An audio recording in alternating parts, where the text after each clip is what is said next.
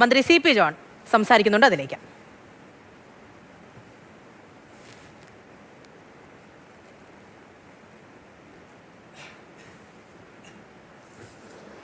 പ്രിയദർശിനി ഒരു huge success ആണ്. ഒരു ഗവൺമെന്റ്, ഏത് ഗവൺമെന്റ് കൊണ്ടുവന്നിട്ടുള്ള പദ്ധതികൾ എടുത്ത് നോക്കുകയാണെങ്കിൽ ഇത്രയും സക്സസ്ഫുള്ളായി ലക്ഷോപലക്ഷം ജനങ്ങളുടെ കുടുംബങ്ങളെ വളരെ പോസിറ്റീവായിട്ട് സ്വാധീനിച്ച ഒരു പദ്ധതി കുറവായിരിക്കും. അതുകൊണ്ട് ഞങ്ങൾക്ക് വളരെ സന്തോഷവും സംതൃപ്തിയും ഉണ്ട്. ജനങ്ങളുടെ കുടുംബ ബജറ്റ് മാറ്റിമറിച്ച, നല്ല രീതിയിൽ മാറ്റിമറിച്ച ഒരു പദ്ധതിയാണ്. അതുമായിട്ട് ഞങ്ങൾ മുന്നോട്ട് പോവുകയാണ്. പ്രതിപക്ഷം പോലും ഒരു ഘട്ടത്തിൽ ഇതിനെ അനുകൂലിക്കുന്ന നിലയിലേക്ക് കാര്യങ്ങൾ വന്നു. തീർച്ചയായിട്ടും അത് പ്രധാനപ്പെട്ട ഒരു കാര്യമാണ്. പ്രതിപക്ഷം ആദ്യത്തെ ദിവസമൊക്കെ ബഹിഷ്കരിക്കണം എന്നൊക്കെ പറഞ്ഞെങ്കിലും അസംബ്ലിയിലൊക്കെ അതിൻ്റെ ചില ന്യൂനതകൾ പ്രതിപക്ഷത്തിൻ്റെ കടമ നിർവഹിക്കുന്നതിൻ്റെ ഭാഗമായിട്ട് ചൂണ്ടിക്കാണിച്ചൊഴിച്ചാൽ പ്രതിപക്ഷത്തുള്ള രണ്ടുപേരും LDFും അതുപോലെ തന്നെ NDAയും പൂർണ്ണമായൊരു പിന്തുണ അങ്ങനെ പ്രഖ്യാപിച്ചിട്ടല്ല എങ്കിൽ പോലും തന്നതിൽ ഞങ്ങൾക്ക് വളരെ നന്ദിയുണ്ട്, വളരെയധികം സന്തോഷമുണ്ട്.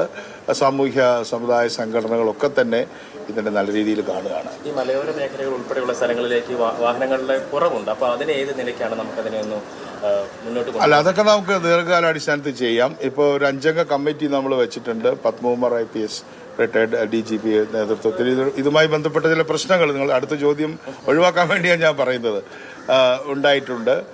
ഇതേ റൂട്ടിലോടുന്ന സ്വകാര്യ വണ്ടികൾ, എല്ലാ വണ്ടികളും അല്ല, ഇപ്പോൾ പ്രിയദർശിനി പോകുന്ന റൂട്ടിൽ സ്വകാര്യ വണ്ടി ഇല്ലെങ്കിൽ പ്രോബ്ലം ഇല്ലോ, നെയ്യാറ്റിൻകരയെ പോലെ.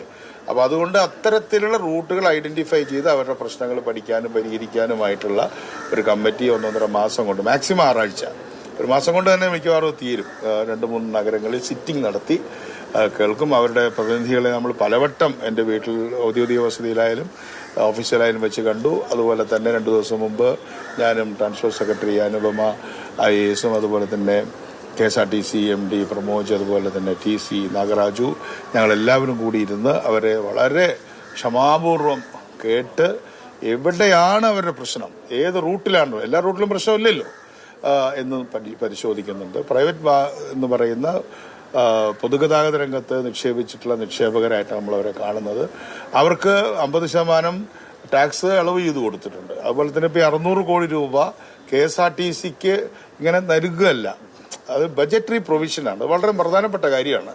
ബജറ്റിൽ KSRTCക്ക് പ്രിയദർശിനിക്ക് വേണ്ടിയിട്ടുള്ള ഒരു ഹെഡ് വന്നിരിക്കുകയാണ്. അത് ഒരു പൊതുമേഖലാ സ്ഥാപനത്തോട് എങ്ങനെയാണ് ഒരു പുരോഗമന ഗവൺമെന്റ് പെരുമാറേണ്ടത് എന്നതാണ് വാസ്തവത്തിൽ മുഖ്യമന്ത്രിയും ധനമന്ത്രി കൂടിയായിട്ടുള്ള മുഖ്യമന്ത്രിയുടെ ബജറ്റിൽ കാണുന്നത്.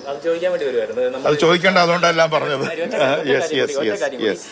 ഈ നമ്മൾ പ്രിയദർശിനി നടപ്പിലാക്കുന്നപ്പോൾ നമ്മൾ നേരത്തെ പറഞ്ഞതിനേക്കാൾ കൂടുതൽ ആളുകൾ ഇത് ബസ്സുകളിൽ കയറുന്നുണ്ടല്ലോ. അപ്പോൾ ഒരുപാട് വണ്ടികൾ തിങ്ങി നിറഞ്ഞാണ് പോകുന്നത്. അപ്പോൾ സ്വാഭാവികമായിട്ട് നമ്മൾ നേരത്തെ പ്രതീക്ഷിച്ചതിനേക്കാൾ കൂടുതൽ ഒരു തുക വരുന്നൊരു സാഹചര്യം ഉണ്ടോ?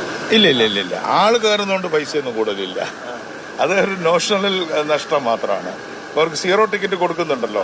അപ്പോൾ 0 ടിക്കറ്റ് 10 കൊടുക്കുന്നതും 100 കൊടുക്കുന്നതായിട്ട് ഡീസൽ ചെലവൊന്നും കൂടുതലില്ല. ചെറിയ വ്യത്യാസമായിട്ട്. അപ്പോൾ നോഷണൽ ടിക്കറ്റ് എടുക്കുന്ന ഞങ്ങൾ എത്ര പേര് കയറി, എന്തായാലും ആറ്റിക്കളഞ്ഞാൽ അളന്ന് കളയണമെന്ന് പറഞ്ഞ പോലെ വളരെ കൃത്യനിഷ്ഠയോടുകൂടിയാണ് ചെയ്യുന്നത്. അപ്പം അതുകൊണ്ട് ഇപ്പോൾ ഉദാഹരണത്തിന് 50 ആള് പോകുന്നു, അല്ലെങ്കിൽ 60 ആള് പോകുന്നു. അപ്പോൾ അധികം വരുന്ന 10 ആള്. ആ 10 ആൾക്ക് വേണ്ടിയിട്ട് പ്രത്യേകിച്ച് ഡ്രൈവറും കണ്ടക്ടറും ഒന്നും ഇല്ലല്ലോ. അപ്പൊ അതൊക്കെ ഞങ്ങൾ കണക്ക് കൂട്ടുന്നുണ്ട്. ഞങ്ങള് കരുതിയ കണക്കുകൾ തന്നെയാണ് മുന്നോട്ട് പോകുന്നത്. 600 കോടി രൂപ നമുക്ക് മാറ്റി വെച്ചിട്ടുണ്ട്. അതിനകത്ത് നിൽക്കും. അപ്പൊ അത് വാങ്ങിച്ചാൽ മതിയല്ലോ. പിന്നെ അത് അടുത്ത വർഷം ആകുമ്പോഴേക്കും നമുക്ക് വേറെ ഇമ്പ്രൂവ്മെന്റ് ഒക്കെ ഉണ്ടാക്കണമെന്ന് മുഖ്യമന്ത്രി സഭയിൽ തന്നെ പറഞ്ഞിട്ടുണ്ടല്ലോ. അപ്പൊ എല്ലാവരും സഹകരിക്കണം. എല്ലാ സഹകരണങ്ങൾക്കും നന്ദി. എല്ലാ കക്ഷികൾക്കും, പ്രതിപക്ഷ കക്ഷികൾക്കും എല്ലാം നന്ദി പറയാനും കൂടെ അവസരം നൽകിയിരിക്കുകയാണ്. Thank you.